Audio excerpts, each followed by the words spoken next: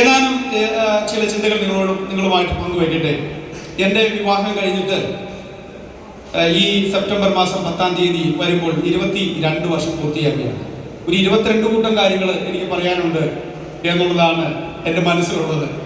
പക്ഷേ 22 കൂട്ടം കാര്യങ്ങൾ പറയാൻ പോയാൽ ഈ വിവാഹ നിശ്ചയ ശുശ്രൂഷയും നമ്മുടെ ഓണ സീസണും എല്ലാം വളരെ ബോറായി മാറും എന്നുള്ളതുകൊണ്ട് ഞാനൊരു 4 കൂട്ടം കാര്യങ്ങൾ നിങ്ങളോട് വേഗത്തിൽ പറയാം. വിശദീകരണങ്ങളൊന്നും ആവശ്യമില്ല. കാരണം ഇത്രയും വർഷം സഭയില്, സഭാ ശുശ്രൂഷയില്, കുടുംബ സെമിനാറുകളില്, പ്രസംഗങ്ങളില് ഒക്കെ നമ്മൾ ധാരാളം കേട്ടിട്ടുള്ള ചില കാര്യങ്ങളാണ്. അതൊന്ന് ഓർമ്മിപ്പിച്ച് നിങ്ങളുടെ ശ്രദ്ധയിലേക്ക് കൊണ്ടുവന്ന് അതിന്റെ ഗൗരവം നിങ്ങളോടുകൂടി പറയുക എന്നുള്ളതാണ്. ഞാൻ പറയട്ടെ, ഞാൻ പല വിവാഹ ശുശ്രൂഷകളിലും സംബന്ധിച്ചിട്ടുണ്ട്, വിവാഹ നിശ്ചയത്തിൽ സംബന്ധിച്ചിട്ടുണ്ട്, വിവാഹ സെമിനാറുകൾ നടത്തിയിട്ടുണ്ട്. എനിക്ക് ആകെ കൂടി മനസ്സിലായ ഒരു 4 കൂട്ടം കാര്യങ്ങളാണ് നിങ്ങളോട് പറയാനായിട്ട് ഉദ്ദേശിക്കുന്നത്. നമ്മുടെ വിവാഹം, കുടുംബജീവിതം, ഇതൊക്കെ ധന്യമായി മാറാൻ അടിസ്ഥാനപരമായിട്ട് നമുക്ക് എല്ലാവർക്കും വേണ്ട ഏറ്റവും അത്യന്താപേക്ഷിതമായ, ഏറ്റവും അടിസ്ഥാനപരമായിട്ടുള്ള, ദൈവം ആഗ്രഹിക്കുന്ന ഒന്നാമത്തെ സ്വഭാവ ഗുണം, അല്ലെങ്കിൽ നമ്മൾ ശീലിക്കേണ്ട, വളർത്തിയെടുക്കേണ്ട, ആർജിച്ചെടുക്കേണ്ട, മനഃപൂർവ്വം ഉണ്ടാക്കിയെടുക്കേണ്ട ഒരു പ്രധാനപ്പെട്ട ഒരു സ്വഭാവ ഗുണമുണ്ട്, ഒരു ക്വാളിറ്റി ഉണ്ട്, ഒരു നന്മയുണ്ട്. അത് മറ്റൊന്നുമല്ല, സ്നേഹം എന്നുള്ളതാണ്. സ്നേഹത്തെക്കുറിച്ച് ബൈബിള് ഒരു പുസ്തകം, ഒരു അധ്യായം തന്നെ. വാസ്തവത്തിൽ സ്നേഹത്തെക്കുറിച്ച് ഒരു പുസ്തകമുണ്ട്. പഴയ നിയമത്തിൽ ഹോശേയ പ്രവാചകന്റെ പുസ്തകം സ്നേഹത്തിന്റെ ഒരു പുസ്തകമാണ്. ഞാൻ ആ പുസ്തകത്തിലെ കാര്യങ്ങളൊന്നും വിശദീകരിക്കുന്നില്ല. ആ കാര്യങ്ങൾ വിശദീകരിച്ചാൽ അത് ഗംഭീരമായ മറ്റൊരു പ്രസംഗമാകും. അത് പ്രിയ പാസ്റ്ററോട് നിങ്ങൾ ചോദിക്കും, പാസ്റ്റർ ദിവസം പ്രസംഗിക്കും. ഹോശേയ പ്രവാചകനോട് ദൈവം പറഞ്ഞിരിക്കുന്ന കാര്യങ്ങൾ നമ്മൾ ആരും ചെയ്യില്ലാത്തതും നമ്മളോട് ദൈവം ഇതുവരെ ആവശ്യപ്പെട്ടിട്ടില്ലാത്തതുമായ കാര്യങ്ങളാണ്. അതൊരു പുസ്തകമാണ്. പക്ഷെ സ്നേഹത്തെക്കുറിച്ചൊരു അധ്യായം വേറെ പുസ്തകത്തിൽ ഉണ്ട്. അത് 1 കൊരിന്ത്യർ 13-ാമത്തെ അധ്യായമാണ്. ആ അധ്യായം നിങ്ങൾ വായിച്ചാൽ സ്നേഹം എങ്ങനെയാണ് പെരുമാറുന്നത്, സ്നേഹത്തിന്റെ സ്വഭാവ സവിശേഷതകൾ എന്താണ് എന്ന് അപ്പോസ്തലൻ അവിടെ വിശദീകരിക്കുന്നുണ്ട്. കുടുംബജീവിതത്തിൽ സ്നേഹം വളരെ പ്രധാനപ്പെട്ടതാണ്. ഞാൻ ആ അധ്യായം വായിക്കാനായിട്ട് താല്പര്യപ്പെടുന്നില്ല. അദ്ദേഹത്തിന്റെ ഒരു ആകത്തുക പറയുന്നത് നമുക്കുള്ള എല്ലാ താരക എന്ന് പറയേണ്ടാത്തതും അങ്ങനെ കാലങ്ങളോളം നിത്യതയോളം എത്തുന്ന, നിത്യതയോളം തുടരുന്ന, അല്ലെങ്കിൽ നിത്യതയിലും തുടരുന്ന ഒരു സ്വഭാവ ഗുണമാണ് സ്നേഹം എന്ന് പറയുന്നത്. സ്നേഹം അത് ഒരു നാളും ഉതിർന്നു പോകുകയില്ല, അതില്ലാതെയായി തീരുകയില്ല, അത് എന്നേക്കും നിലനിൽക്കുന്നു എന്നുള്ളതാണ്.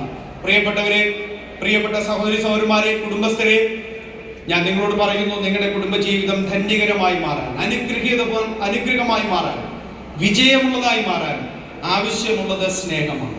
പക്ഷെ എങ്ങനെയാണ് സ്നേഹിക്കേണ്ടത്? സ്നേഹിക്കാനുള്ള മാതൃക എന്താണ്? സ്നേഹിക്കാനുള്ള മാതൃക ഞാൻ ഈ പറയുന്നത്, ക്ഷമിക്കണം, നമ്മുടെ മാതാപിതാക്കന്മാർ പരസ്പരം സ്നേഹിച്ച മാതൃക പോലുമല്ല. നമ്മുടെ മാതാപിതാക്കൾ, അവർ നല്ല മാതാപിതാക്കളായിരുന്നു, അവർ പരസ്പരം സ്നേഹിച്ചു. പക്ഷെ അവരുടേത് പോലുമല്ല നമ്മുടെ മാതൃക. നമ്മുടെ വീട്ടിലെ ചേട്ടനനിയന്മാര് പരസ്പരം സ്നേഹിച്ചതോ, സഹോദരി സഹോദരന്മാർ പരസ്പരം സ്നേഹിച്ചതോ, നമ്മുടെ സുഹൃത്തുക്കൾ പരസ്പരം സ്നേഹിച്ചതോ, നമ്മുടെ ചുറ്റുപാടുമുള്ള ദമ്പതികൾ സ്നേഹിച്ച മാതൃകയോ, അവര് നമ്മുടെ മുമ്പാകെ ജീവിച്ചു കാണിച്ചതോ ഒന്നുമല്ല വാസ്തവത്തിൽ സ്നേഹത്തിന്റെ മാതൃകയായി വേദപുസ്തകം മുന്നോട്ട് വയ്ക്കുന്നത്.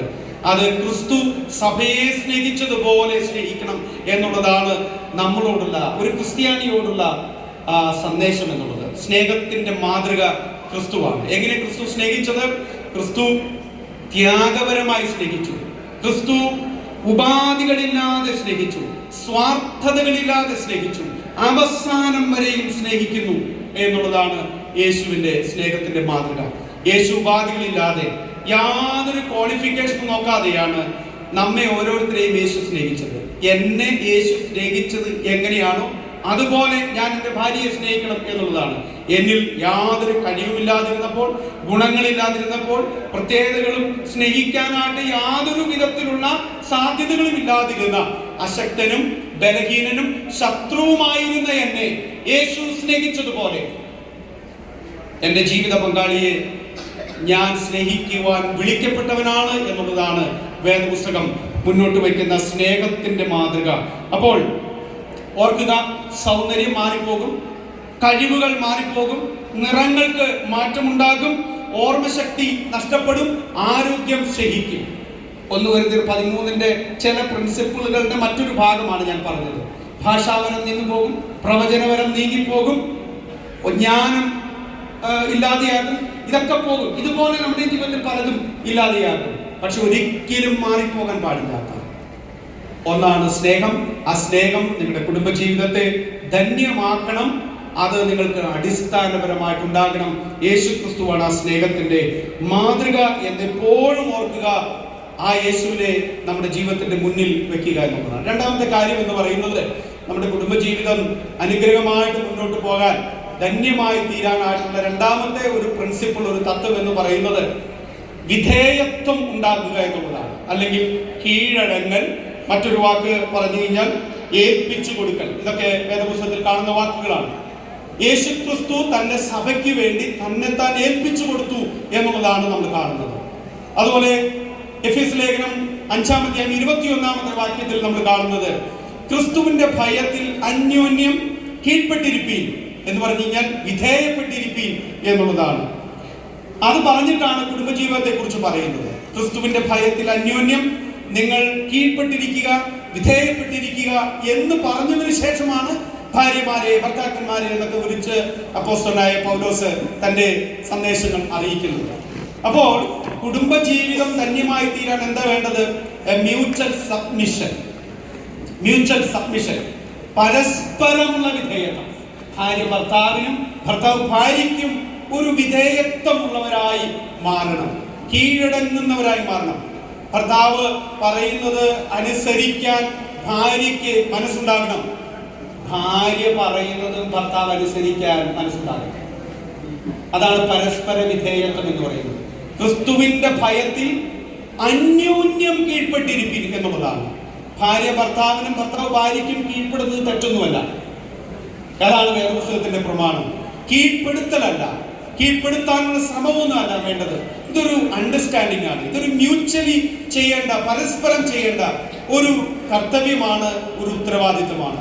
പരസ്പരമുള്ള വിധേയത്വം നമുക്ക് ഉണ്ടാകണം. എഫേസ്യ ലേഖനം 5-ാം അധ്യായം അത് നമ്മളെ പഠിപ്പിക്കുന്നുണ്ട്. മൂന്നാമത്തെ കാര്യം എന്ന് പറയുന്നത്, നമുക്ക് ജീവിതത്തിൽ ഉണ്ടാകേണ്ട ഒരു മൂന്നാമത്തെ ക്വാളിറ്റി എന്ന് പറയുന്നത് വിവേകമാണ്. വിവേകം. നമുക്കൊരു സെൻസ് ഉണ്ടാക്കണം. കോമൺ സെൻസ് എന്ന് പറയാം, അല്ലെങ്കിൽ അണ്ടർസ്റ്റാൻഡിങ് എന്ന് പറയാം. ഇതൊക്കെ നമുക്ക് ആവശ്യമുണ്ട്. ഞാനിത് പറയുമ്പോൾ എൻ്റെ ഒരു സുഹൃത്ത് വിവാഹാലോചന ചെയ്യുന്ന സമയത്ത് ഞങ്ങളോട് വന്ന് സംസാരിക്കുകയുണ്ടായി. അപ്പോൾ ഞങ്ങളോട് സംസാരിച്ചു, പറഞ്ഞു, ലൈജു പാസ്റ്ററെ, ഒരു പെൺകുട്ടിയെ ഞാൻ വിവാഹം കഴിക്കാൻ ആഗ്രഹിക്കുന്നു, എവിടെയെങ്കിലുമൊക്കെ ഉണ്ടെങ്കിൽ കാണിച്ചു തന്നാൽ മതി. രണ്ട് ക്വാളിഫിക്കേഷൻ മാത്രമേ ഞാൻ ആഗ്രഹിക്കുന്നുള്ളൂ എന്ന് പറഞ്ഞു. അപ്പൊ അതെന്താണ് 2 ക്വാളിഫിക്കേഷൻ? ഞാൻ ആദ്യമായിട്ടാണ് 2 ക്വാളിഫിക്കേഷൻ കേട്ടത്. ഒന്ന്, ആ ചെറുപ്പക്കാരൻ പറഞ്ഞു, ഒന്ന് പെൺകുട്ടിക്ക് കോമൺ സെൻസ് ഉണ്ടാകണം, കോമൺ സെൻസ്, സാമാന്യ ബോധം ഉണ്ടാകണം. രണ്ടാമത്തെ ക്വാളിഫിക്കേഷൻ ആയിട്ട് കൂടി ആവശ്യപ്പെട്ടത് പെൺകുട്ടിക്ക് ഹ്യൂമർ സെൻസും ഉണ്ടാകുമെന്ന് പറഞ്ഞു. ഹ്യൂമർ സെൻസ് എന്ന് പറഞ്ഞു കഴിഞ്ഞാൽ ഒരു നർമ്മബോധം ഉണ്ടാകണം. ഇത്രയും മതി എന്ന് പറഞ്ഞു.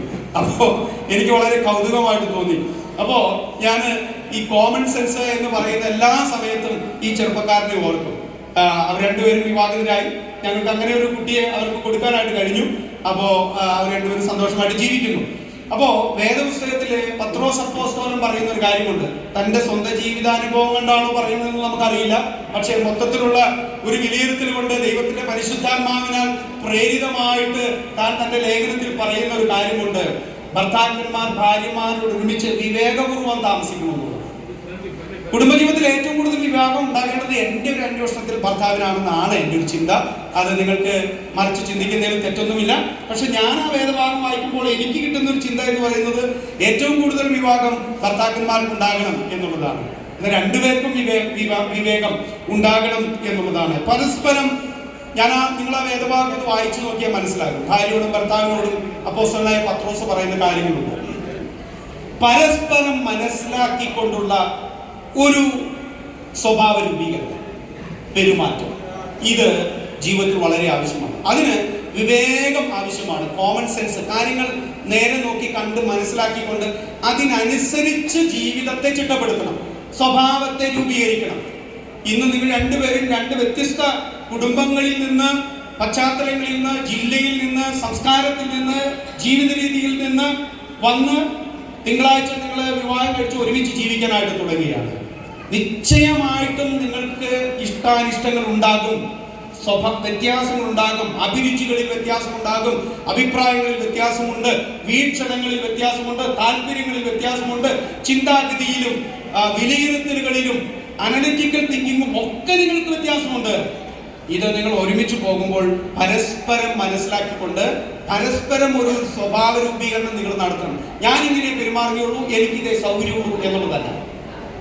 എൻ്റെ ജീവിത പങ്കാളിയെ പരസ്പരം മനസ്സിലാക്കിക്കൊണ്ടുള്ള ഒരു സ്വഭാവ രൂപീകരണവും പെരുമാറ്റവും ജീവിതത്തിലുണ്ടെങ്കിൽ കുടുംബജീവിതം അനുഗ്രഹമായിട്ട് മാറും. നാലാമത്തെ കാര്യം അവസാനമായിട്ട് പറയുകയാണ്, പരസ്പരമുള്ള ബഹുമാനം, അഭിനന്ദനങ്ങൾ ഇത് ജീവിതത്തിൽ ആവശ്യമാണ്. വീണ്ടും പത്രോസ് അപ്പോസ്തലൻ തന്റെ 1-ാം ലേഖനം 3-ാമത്തെ അധ്യായത്തിൽ ആ കാര്യം പറയുന്നുണ്ട്. പരസ്പരം ബഹുമാനിക്കണം. ഭാര്യ ഭർത്താവിനെ ബഹുമാനിക്കണം, ഭർത്താവ് ഭാര്യയെ ബഹുമാനിക്കണം. ആ ബഹുമാനത്തിന്റെ മറ്റൊരു വശമാണ് അഭിനന്ദനങ്ങൾ എന്ന് പറയുക. പരസ്പരം അഭിനന്ദിക്കണം. എല്ലാ കാര്യങ്ങൾക്കും അഭിനന്ദനം ആവശ്യമാണ് എന്നുള്ളതാണ്. പ്രിയപ്പെട്ടവരെ, ആരാണ് അഭിനന്ദനം അർഹിക്കാത്തത്? ആരാണ് ആഗ്രഹിക്കാത്തത്? നമ്മളെല്ലാവരും അത് ആഗ്രഹിക്കുന്നവരും അർഹിക്കുന്നവരുമാണ്. ആഗ്രഹിക്കുന്നവർ മാത്രമല്ല, അർഹിക്കുന്നവരുമാണ്. അത് കൊടുക്കണം. നമ്മൾ പരസ്പരം ബഹുമാനം കൊടുക്കണം. അത് വാക്കുകൾ കൊണ്ട് കൊടുക്കണം, പ്രവൃത്തികൾ കൊണ്ട് കാണിക്കണം. ഇതൊക്കെ ജീവിതത്തിൽ ആവശ്യമാണ്. എങ്കിൽ മാത്രമേ നമുക്ക് സന്തോഷമുള്ള കുടുംബജീവിതം നയിക്കാനായിട്ട് കഴിയുള്ളൂ. കുടുംബജീവിതത്തിൽ മാത്രമല്ല, എല്ലാ ശുശ്രൂഷയിലും, ജീവിതത്തിന്റെ എല്ലാ മേഖലകളിലും ഈ അഭിനന്ദനങ്ങളും ബഹുമാനവും ഒക്കെ നമുക്ക് ആവശ്യമാണ്. ഞാൻ ഇവിടെ ഇരുന്നുകൊണ്ട് ഒരു അഭിനന്ദനം ചെയ്തു, അത് ചെയ്തു എന്ന് പറയാൻ വേണ്ടിയിട്ടല്ല. പക്ഷെ ഞാൻ നിൽക്കുമ്പോൾ ആ പറയുന്ന കാര്യത്തിന് എനിക്കൊരു ക്രെഡിബിലിറ്റിയും കൂടെ വേണ്ടേ. ഞാൻ വാസ്തവത്തിൽ നമ്മുടെ ജോസൂട്ടി പാസ്റ്റർ ഇവിടെ സ്വാഗത പ്രസംഗം പറഞ്ഞപ്പോൾ ഞാൻ ഇരുന്ന് ആസ്വദിക്കുകയായിരുന്നു. എനിക്കത് ഭയങ്കര, പാസ്റ്റർ അത് പണ്ടേ നന്നായിട്ട് ചെയ്യുന്ന ആളാണ്. പ്രിയ ഐസക് പാസ്റ്റർ വളരെ മനോഹരമായിട്ട് ഈ ശുശ്രൂഷകൾ ചെയ്യുന്നു. തീർച്ചയായിട്ടും ഇത് കഴിയുമ്പോൾ എനിക്ക് എൻ്റെ അഭിനന്ദനം ഉണ്ടാകും. പക്ഷെ ജോസൂട്ടി പാസ്റ്റർ വാട്സാപ്പ് തുറന്നു നോക്കിയാൽ അറിയാം, പാസ്റ്റർ പറഞ്ഞു കഴിഞ്ഞാൽ നിമിഷത്തിൽ തന്നെ ഞാനൊരു വാട്സാപ്പിൽ ഒരു മെസ്സേജ് ഇട്ടു, ഗംഭീരമായിരുന്നു സ്വാഗത പ്രസംഗം. ആരാണ് ഒരു നല്ല പ്രവൃത്തി ചെയ്താൽ അതിനൊരു അഭിനന്ദനം അർഹിക്കാത്തത്? എല്ലാവരും അർഹിക്കുന്നുണ്ട്. നിശ്ചയമായിട്ടും നന്നായി ഒന്ന് ഡ്രസ് ചെയ്താൽ, നന്നായി ഒന്ന് സംസാരിച്ചാൽ, നല്ല രീതിയിൽ കാണപ്പെട്ടാൽ, ഒരു സ്വഭാവം നിങ്ങൾ കണ്ടാൽ, ഒരു ചിന്ത ഒരാൾ പറഞ്ഞാൽ, ഏതൊക്കെ നിലയിലാകട്ടെ, ഒരു ആഹാരം വെച്ചാൽ ഏതൊക്കെ നിലയിൽ ഏതൊക്കെ വിധത്തിൽ അഭിനന്ദനവും ബഹുമാനവും കൊടുക്കാനായിട്ട് കഴിയുമോ അത് കൊടുക്കുമ്പോൾ നമ്മുടെ കുടുംബജീവിതവും ശുശ്രൂഷകളും പൊതുജീവിതവും ഒക്കെ ഭംഗിയായി മാറും എന്നുള്ളതിന് സംശയമില്ല പ്രിയപ്പെട്ടവരെ. അതുകൊണ്ട് നമ്മുടെ കുടുംബജീവിതം ധന്യകരമായി മാറാൻ ഈ 4 കാര്യങ്ങളാണ് എനിക്ക് ഈ അവസരത്തിൽ ഓർമ്മിപ്പിക്കാനുള്ളത്. ഈ 4 കാര്യങ്ങൾ മാത്രം പോരാ, പക്ഷേ ഈ 4 കാര്യങ്ങൾ പറയാൻ ഇപ്പോൾ സമയമുള്ളൂ, അതിന്റെ ആവശ്യമുള്ളൂ എന്ന് കൂടി ഞാൻ ചിന്തിക്കുകയാണ്. കുടുംബജീവിതത്തിന്റെ മറ്റൊരു പ്രധാനപ്പെട്ട ഒരു കാര്യം കൂടി ഞാൻ പറയാം. നമ്മുടെ കർത്താവ് എന്തിനെ വിവാഹം കഴിപ്പിക്കുന്നതെന്ന് അറിയാമോ? നമ്മൾ കുറേ കൂടി വൃത്തിയുള്ളവരായി മാറാൻ വേണ്ടിയിട്ടാണ്, നമ്മൾ നന്നാകാൻ വേണ്ടിയിട്ടാണ്. ജീവിതത്തെക്കുറിച്ച് ദൈവത്തിന്റെ ഒരു ഉദ്ദേശം, പല ഉദ്ദേശങ്ങളിലൊരു ഉദ്ദേശം. നമ്മൾ വിശുദ്ധീകരിക്കപ്പെടണം, നമ്മൾ കുറേ കൂടി മെച്ചമുള്ള ദൈവ മക്കളായി മാറണം എന്നുള്ളതാണ്. അതുകൊണ്ട് കുടുംബജീവിതത്തിൽ എന്നെ നന്നാക്കാൻ വേണ്ടിയിട്ട് ദൈവം അയച്ച ഒരു സാങ്ക്ടിഫയർ ആണ് എൻ്റെ ഭാര്യ, എൻ്റെ ഭർത്താവ്. ദൈവം ഉപയോഗിക്കുന്ന ഒരു ഉപകരണമാണ്, ദൈവം ഉപയോഗിക്കുന്ന ഒരു വ്യക്തിയാണ് എന്ന് നാം മനസ്സിലാക്കി കഴിഞ്ഞാൽ എൻ്റെ ഭാര്യ തിരുത്തുമ്പോൾ എനിക്ക് സങ്കടം ഉണ്ടാകില്ല. എന്നിലുള്ള കുറവ് കാണാൻ, എന്നിലുള്ള തെറ്റുകൾ കാണാൻ, ബലഹീനത കാണാൻ, എൻ്റെ പോരായ്മ കാണാൻ, എന്നെ തിരുത്താൻ, എന്നെ മെച്ചപ്പെടുത്താൻ, എന്നെ നന്നാക്കാൻ വേണ്ടി ദൈവം എൻ്റെ ജീവിതത്തിലേക്ക് കൊണ്ടുവന്ന ദൈവത്തിന്റെ ഒരു പദ്ധതിയുടെ ഭാഗമാണ് എൻ്റെ ജീവിത പങ്കാളി എന്ന് എനിക്ക് എൻ്റെ പങ്കാളിയെ കുറിച്ച് തിരിച്ചറിയാൻ കഴിഞ്ഞാൽ so I'll be happy with her. എനിക്ക് എൻ്റെ ഭാര്യയുമായിട്ട് സന്തോഷത്തിൽ കഴിയാനായിട്ട് കഴിയും. അല്ലെങ്കിൽ നമുക്ക് ദേഷ്യം ഉണ്ടാകും. എൻ്റെ ഭാര്യ എന്നെ തിരുത്തിയതിന്, ഭർത്താവ് എന്നെ തിരുത്തിയതിന്, വഴക്ക് പറഞ്ഞതിന്. ഞാൻ പെട്ടെന്ന് ഒരു കാര്യം ആലോചിച്ച് പോവുകയാണ്. ഭാര്യ എന്ന് മാത്രമല്ല, കുഞ്ഞുങ്ങൾ പോലും, നമ്മുടെ മക്കൾ പോലും നമ്മളെ തിരുത്തും. കഴിഞ്ഞതിന്റെ മുമ്പിലത്തെ സൺഡേയിൽ, ഞാനിത് പറഞ്ഞ് അവസാനിപ്പിക്കുകയാണ്. കഴിഞ്ഞതിന്റെ മുമ്പിലത്തെ സൺഡേയിൽ, ഞാൻ ഈ കഴിഞ്ഞ കുറച്ച് സൺഡേകളിൽ, ഞായറാഴ്ചകളിലായിട്ട് എൻ്റെ സഭയിൽ, എൻ്റെ പ്രാദേശിക സഭയിൽ കൃപാവരങ്ങൾ എന്ന് പറയുന്ന ഒരു വിഷയം എടുത്തുകൊണ്ടിരിക്കുകയാണ്. അപ്പോൾ ഒരു 4 ആഴ്ച കഴിഞ്ഞ് ഒരു 5ാമത്തെ ആഴ്ചയിൽ എത്തി. അപ്പോൾ കഴിഞ്ഞതിന് മുമ്പത്തെ സൺഡേയിൽ ഒരു കാര്യം സംഭവിച്ചു. എനിക്ക് കുറച്ചധികം സമയം സംസാരിക്കാനായിട്ട് സഭയിൽ കിട്ടി. ഞാനിങ്ങനെ പ്രസംഗിച്ച് കുറേ കാര്യങ്ങളൊക്കെ വിശദീകരിച്ചു. ഞാൻ നോക്കുമ്പോൾ വിശ്വാസികൾക്ക് ഇഷ്ടമാണ്, എന്നാൽ ഇഷ്ടപ്പെടുന്നില്ല എന്നുള്ളത് പോലെയും എനിക്ക് ഫീൽ ചെയ്യുന്നുണ്ട്. കാരണം കുറേ സമയം വീട്ടിൽ ചെന്ന് കഴിഞ്ഞപ്പോൾ എൻ്റെ മകള് എന്നോട് പറയുകയാണ്, ഓ എൻ്റെ അപ്പ എന്തൊരു നേരാണ് ഈ അപ്പ പ്രസംഗിക്കുന്നത്, എനിക്കെന്ത് കരച്ചിൽ വന്നിട്ട് പാടില്ലായിരുന്നു എന്നോട് പറയുകയാണ്. അപ്പോൾ വാസ്തവത്തില് എനിക്കത് സെൻസ് ചെയ്തു. ഞാൻ പറഞ്ഞു, ശരിയാ മോളെ, അപ്പയ്ക്കും അത് തന്നെ തോന്നി, സോറി. ഞാൻ സോറി എന്ന് മോളോട് പറയുകയാണ്. എനിക്ക് തോന്നി, അപ്പയ്ക്കും തോന്നി ഇച്ചിരി അധികമായി പോയി ആ പ്രസംഗം, കുറെ നേരം എടുത്തു പോയി. കാര്യം പ്രധാനപ്പെട്ട വിഷയമൊക്കെയായിരുന്നു. എന്നിട്ട് ഞാൻ തന്നെ അവിടെ ഒരു കാര്യം പഠിപ്പിക്കുകയും ചെയ്തു. കൃപാവരങ്ങളെ കുറിച്ചാണ് ഞാൻ പഠിപ്പിച്ചുകൊണ്ടിരുന്നത്. എന്റെ കൃപാവരം എന്താണെന്ന് എനിക്ക് നന്നായിട്ട് അറിയുകയും ചെയ്യാം. പക്ഷേ കൃപാവരങ്ങളെ കുറിച്ച് പറഞ്ഞുകൊണ്ട് വരുമ്പോൾ ഒരു കാര്യം പറയുന്നുണ്ട്, അത് ക്രമമായും ഉചിതമായും ഉപയോഗിക്കണം എന്നുള്ളതാണ്. കൃപാവരം ഉണ്ടായതുകൊണ്ട് മാത്രം കാര്യമില്ല, അത് അതിന്റെ സമയത്തും ക്രമമായിട്ട് ഉപയോഗിക്കണം. അതിന്റെ ഉചിതമായ സമയത്തിലും അത് ഉപയോഗിക്കുന്നെങ്കിൽ മാത്രമാണ് ഒരു കൃപാവരം ഉപയോഗിച്ചുകൊണ്ട് ഗുണമുള്ളൂ എന്നാണ് അപ്പോസ്തലൻ പറഞ്ഞു വെക്കുന്നത്. അപ്പൊ ഞാൻ കൃപാവരത്തെ കുറിച്ച് പഠിപ്പിക്കുക മാത്രമല്ല, അതിന് കൃത്യമായിട്ടുള്ള ഒരു പഠിപ്പിക്കൽ എനിക്ക് എൻ്റെ സ്വന്തം ജീവിതാനുഭവത്തിൽ കിട്ടി. ഞാൻ പറഞ്ഞു വന്നതിന് താല്പര്യം എന്താണെന്നറിയാമോ? നമ്മെ തിരുത്താൻ, നമ്മെ പഠിപ്പിക്കാൻ, നമ്മെ മികവുള്ളവരാക്കാൻ, നമ്മെ കുറെ കൂടി കഴിവുള്ളവരാക്കാൻ, ശോഭയുള്ളവരാക്കി മാറ്റാൻ ദൈവം ഒരുക്കിയ ഒരു സംവിധാനം കൂടിയാണ് പ്രിയ സഹോദരങ്ങളെ വിവാഹം. Why are you getting married? One of the purposes is our sanctification. നമ്മുടെ വിശുദ്ധീകരണമാണ് കുടുംബജീവിതം കൊണ്ട് ദൈവം ആഗ്രഹിക്കുന്നത്. അതുകൊണ്ട് അതിനുവേണ്ടി നിങ്ങൾ തയ്യാറാകുക എന്നുള്ളതാണ്. ഞാൻ ഒരു കാര്യം കൂടി പറഞ്ഞ് അവസാനിപ്പിക്കുകയാണ്. ഈ വിവാഹം ക്രിസ്തീയമായിട്ടുള്ളൊരു വിവാഹമാണ്. ഏതൊരു വിവാഹവും ക്രിസ്തീയമായിട്ടുള്ള വീക്ഷണത്തിലൂടെ നോക്കുമ്പോൾ ഇതിനൊരു മറ്റൊരു ചിത്രം കൂടിയുണ്ട് എന്നുള്ളതാണ് വസ്തുത. നമ്മൾ സാധാരണ പറയുന്ന ഒരു സന്ദേശം ആണിത്. നമ്മുടെ വിവാഹം വാസ്തവത്തിൽ ക്രിസ്തുവും ക്രിസ്തുവിന്റെ സഭയാകുന്ന അല്ലെങ്കിൽ മണവാട്ടിയാകുന്ന സഭയുമായിട്ടുള്ള ബന്ധത്തിന്റെ ഒരു നിഴലായിട്ടാണ് ഇത് നിൽക്കുന്നത്. അതുകൊണ്ടാണ് വേദപുസ്തകത്തിൽ വിവാഹവും അതിന്റെ ഉത്തരവാദിത്തങ്ങൾ, കുടുംബജീവിതം ഇതൊക്കെ പറയുന്ന സമയത്ത് ക്രിസ്തുവിനെയും സഭയെയും ഉദാഹരണമായിട്ട് പറയെടുത്ത് കാണുന്നത്, അതിന്റെ മോഡലായിട്ട് കാണുന്നത്. ഇന്നത്തെ ഈ വിവാഹ നിശ്ചയ ശുശ്രൂഷ യേശുക്രിസ്തുവുമായിട്ട് ഒരു വ്യക്തി ഒരു ബന്ധത്തിലേക്ക് വരുന്നതിന്റെ ഒരു ചിത്രം ഇവിടെ നമുക്ക് കാണിച്ചു തരികയാണ്. ഇന്നവർ രണ്ടുപേരും പ്രിയ പാസ്റ്റർ വളരെ മനോഹരമായിട്ട് ആ ശുശ്രൂഷ ചെയ്തു. നിങ്ങൾ രണ്ടുപേരുടെയും സമ്മതം ചോദിച്ചു. നിങ്ങളുടെ സമ്മതത്തോടു കൂടിയാണ് നിങ്ങൾ വിവാഹത്തിലേക്ക് പ്രവേശിക്കുന്നത്, നിങ്ങൾ കുടുംബജീവിതത്തിലേക്ക് പ്രവേശിക്കാനായിട്ട് തീരുമാനിക്കുന്നത്, നിങ്ങളൊരു ബന്ധത്തിലേക്ക് പ്രവേശിക്കാനായിട്ട് തീരുമാനിച്ചത്. അല്ലാതെ നിങ്ങൾ നിർബന്ധിച്ചുകൊണ്ട് മറ്റൊരാളെ വിവാഹം കഴിപ്പിച്ചാൽ അത് എന്നേക്കും നിലനിൽക്കില്ല. അതിന് സ്ഥായിയായ ഒരു ഭാവം ഉണ്ടാകില്ല. പരസ്പര സമ്മതം ഇതിനാവശ്യമാണ്. ഇതുപോലെയാണ് ക്രിസ്തുവുമായിട്ടുള്ള ഒരു ബന്ധം ഒരു വ്യക്തിക്ക് സ്ഥാപിക്കണമെങ്കിൽ ഒരു വ്യക്തിക്ക് പൂർണ്ണമായ ഒരു സമ്മതം ഉണ്ടാകണം. ആ സമ്മതമാണ് ആ യേശുവിനെ എനിക്ക് അനുഗമിക്കുവാൻ, യേശുവിനെ എനിക്ക് വിശ്വസിക്കുവാൻ, യേശുവിനെ എൻ്റെ രക്ഷിതാവും കർത്താവുമായി സ്വീകരിക്കാൻ എനിക്ക് സമ്മതമാണ്, ഞാനത് ചെയ്യാൻ താല്പര്യപ്പെടുന്നു എന്നുള്ളതാണ് ഒരു വ്യക്തി യേശുവിനെ അനുഗമിക്കുന്നതിന്റെ ആദ്യത്തെ സ്റ്റെപ്പ്. യേശുവായിട്ടുള്ള ബന്ധത്തിലേക്ക് വരുന്നതിന്റെ ഏറ്റവും പ്രഥമമായിട്ടുള്ള ഭാഗം എന്നുള്ളത്. ഒരാളെയും നിർബന്ധിച്ച് യേശുവിനെ അനുഗമിപ്പിക്കാനോ വിശ്വസിപ്പിക്കാനോ കഴിയില്ല. അങ്ങനെയൊക്കെ ആരെങ്കിലും പറയുന്നുണ്ടെങ്കിൽ അതൊക്കെ വെറും കള്ളത്തരമാണ്. അങ്ങനെയൊന്നും ആരും ചെയ്യില്ല. എന്നെ ആരും നിർബന്ധിച്ചിട്ടല്ല. ഇവിടെ ഇരിക്കുന്ന നിങ്ങളെ ആരെങ്കിലും നിർബന്ധിച്ചിട്ടാണ് യേശുവിന്റെ പിന്നാലെ നിങ്ങൾ ഇറങ്ങി തിരിച്ചതെങ്കിൽ മറ്റൊരു നിർബന്ധം നിങ്ങൾക്കുണ്ടാകുമ്പോൾ നിങ്ങൾ പോകും. മറ്റൊരു പ്രലോഭനം നിങ്ങൾക്കുണ്ടാകുമ്പോൾ നിങ്ങൾ യേശുവിനെ വിട്ടിട്ട് പോകും.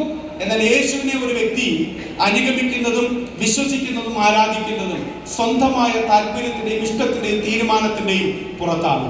അങ്ങനെ യേശുവുമായിട്ട് ബന്ധം സ്ഥാപിച്ചെടുക്കുന്ന വ്യക്തിയാണ് രക്ഷിക്കപ്പെട്ടവൻ എന്ന് നമ്മൾ പറയുന്നത്. അങ്ങനെ പശ്ചാത്തപിച്ച് മാനസാന്തരപ്പെട്ട് യേശുവിനെ രക്ഷിതാവും കർത്താവും ദൈവമായിട്ട് ജീവിതത്തിലേക്ക് സ്വീകരിച്ച വ്യക്തി യേശുക്രിസ്തുവുമായിട്ടുള്ള ഒരു ബന്ധത്തിലേക്ക് കടന്നു വരികയാണ്. അപ്പോസ്തലനായ പൗലോസിന്റെ ഭാഷയിൽ പറഞ്ഞാൽ ആ വ്യക്തി ഒരു വിവാഹ നിശ്ചയത്തിൽ ഏർപ്പെടുകയാണ്. വിവാഹ നിശ്ചയത്തിൽ ഏർപ്പെട്ട ആ വ്യക്തിയെ ചേർക്കുവാൻ യേശു വീണ്ടും വരും എന്നുള്ള ആ ഒരു മടങ്ങി വരവും യേശുക്രിസ്തു വിശ്വസിച്ചവരും യേശുവും തമ്മിലുള്ള ഒരു സമാഗമം ഇനി ഭാവിയിൽ സംഭവിക്കാൻ പോകുന്നു എന്നുള്ളതിനെ മറ്റൊരു ഭാഷാന്തരത്തിൽ വിളിക്കുന്നതാണ് ദൈവസഭ. ക്രിസ്തുവുമായിട്ട് സമ്മേളിക്കുന്ന, അല്ലെങ്കിൽ ക്രിസ്തുവും സഭയും തമ്മിലുള്ള വിവാഹം എന്ന് പറയുന്നത് അതൊരു ആത്മീയ ഭാഷയാണ്. അക്ഷരികമായിട്ട് നമ്മൾ അതിനെ എടുക്കേണ്ട ആവശ്യമില്ല. യേശു ക്രിസ്തുവിൽ വിശ്വസിച്ചവരെ ചേർക്കുവാൻ യേശു വേഗം വരികയാണ്.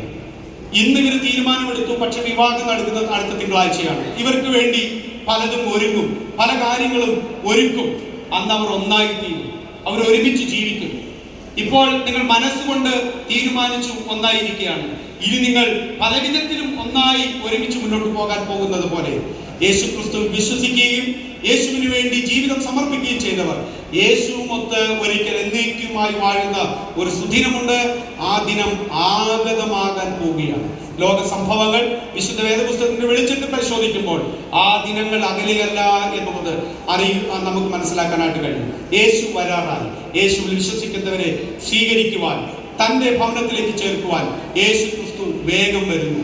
യേശു ക്രിസ്തു വരുമ്പോൾ കൈവിടപ്പെട്ടു പോകാതിരിക്കുവാൻ, യേശുവിനോടൊപ്പം നിത്യത പങ്കിടുവാൻ, യേശുവിനോടൊപ്പം നിത്യത ചെലവഴിക്കുവാൻ നിങ്ങൾക്ക് മനസ്സുണ്ടെങ്കിൽ, നിങ്ങൾക്ക് സമ്മതമുണ്ടെങ്കിൽ നിങ്ങൾ ചെയ്യേണ്ടത് ഇത്ര മാത്രമേ ഉള്ളൂ. യേശുവേ, ഞാനൊരു പാപിയാണ്. എൻ്റെ പാപത്തിന് പരിഹാരകരായി അങ്ങ് ഈ ഭൂമിയിലേക്ക് വരികയും എൻ്റെ പാപങ്ങൾ പരിഹരിച്ചുകൊണ്ട് ക്രൂശിൽ അവിടുന്ന് യാഗമായി തീരുകയും ചെയ്തു. അങ്ങ് മരിച്ചു, അടക്കപ്പെട്ടു, ഉയർത്തെഴുന്നേറ്റ് ജീവിക്കുന്ന കർത്താവാണ്, ദൈവമാണെന്ന് ഞാൻ വിശ്വസിക്കുന്നു. എന്നെ അങ്ങ് സ്വീകരിക്കണമേ. എൻ്റെ ഉള്ളിലേക്ക് അങ്ങ് കർത്താവും രാജാവും രക്ഷിതാവുമായിട്ട് വരണമേ എന്ന് ആത്മാർത്ഥമായി നിങ്ങൾ യേശുവിൽ വിശ്വസിച്ചുകൊണ്ട് പ്രാർത്ഥിച്ചാൽ, നിങ്ങൾ ആഗ്രഹിച്ചാൽ, ആ നിമിഷത്തിൽ യേശുവുമായിട്ടുള്ള ഒരു ബന്ധത്തിലേക്ക് നിങ്ങൾ വരികയാണ്. യേശു നിങ്ങളിലേക്ക് വരികയാണ്. നിങ്ങൾ യേശുവിന്റെ മകനും മകളുമായി മാറുകയാണ്. നിങ്ങളെ ചേർക്കുവാൻ യേശു താമസം വിന വരും. യേശു ക്രിസ്തുവിന്റെ സഭയുടെ ഭാഗമായിട്ട് നിങ്ങൾ മാറും. നിങ്ങൾ യേശു ക്രിസ്തുവിന്റെ മണവാട്ടിയായി മാറും. നിങ്ങളെ വേടികഴിക്കുവാൻ യേശു ഇതാ വേഗം വരികയാണ്. ആ പ്രതീക്ഷയാണ്, ആ പ്രത്യാശയാണ് ദൈവസഭയ്ക്കുള്ളത്. അതുകൊണ്ട് നമുക്ക് എല്ലാവർക്കും ആ പ്രതീക്ഷയിലും പ്രത്യാശയിലും ജീവിതം മുന്നോട്ട് കൊണ്ടുപോകാം. കർത്താവ് വരുന്നവരെയും അനുഗ്രഹീതമായ കുടുംബജീവിതം നയിച്ച് ദൈവത്തിൽ ജീവിതം ആസ്വദിച്ച് സന്തോഷിച്ച് മുന്നോട്ട് പോകാൻ കർത്താവ് നമ്മെ എല്ലാവരും സഹായിക്കട്ടെ എന്ന് ഞാൻ ആശംസിക്കുന്നു. തിങ്കളാഴ്ച നടക്കുന്ന വിവാഹത്തിന് ഞങ്ങളുടെ സഭയുടെയും ദൈവദാസന്മാരുടെയും എൻ്റെ കുടുംബത്തിൻ്റെയും പ്രത്യേകമായിട്ടുള്ള ആശംസകളും അനുഗ്രഹങ്ങളും നിങ്ങൾക്ക് നേരുകയാണ്. പ്രത്യേക പ്രിയ സണ്ണിച്ചാനും കുടുംബത്തിനും അനുഗ്രഹങ്ങൾ നേർന്നുകൊണ്ട് നിങ്ങൾക്ക് എല്ലാവർക്കും നന്മകൾ നേർന്നുകൊണ്ട് ഞാൻ വാക്കുകൾ അവസാനിപ്പിക്കുന്നു. നിങ്ങളെ ശ്രദ്ധിച്ചതിന് നന്ദി പറയുന്നു. ദൈവമായ കർത്താവ് നമ്മെ ധാരാളമായി അനുഗ്രഹിക്കും.